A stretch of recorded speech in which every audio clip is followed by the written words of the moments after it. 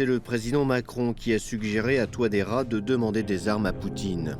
On n'a pas vu malice à ce que la Russie soit présente. D'ailleurs, souvenons-nous-en, le président Poutine et le président Macron se parlaient. On est en 2017.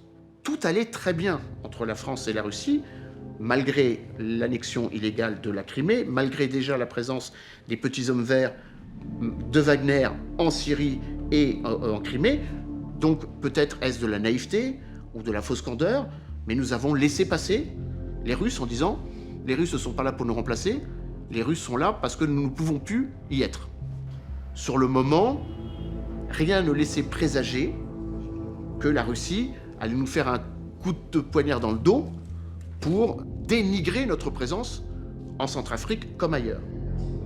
Et au niveau du Conseil de sécurité, les autres pays ont dit « si vous donnez des armes, nous avons peur que ces armes se retrouvent entre les mains des rebelles ». Et c'est à ce moment que la Russie dit « non, si j'envoie des armes, j'enverrai également des instructeurs ». Voilà, c'est comme ça qu'au début, il y a eu une centaine d'instructeurs russes qui sont arrivés ici. Ça, c'était transparent. Mais c'est au fil du temps que ça va un peu changer.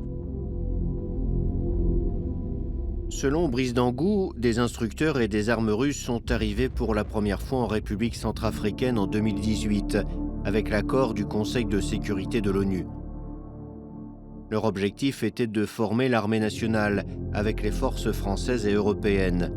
Leur rôle a été à nouveau reconnu par une résolution de l'ONU en novembre 2022.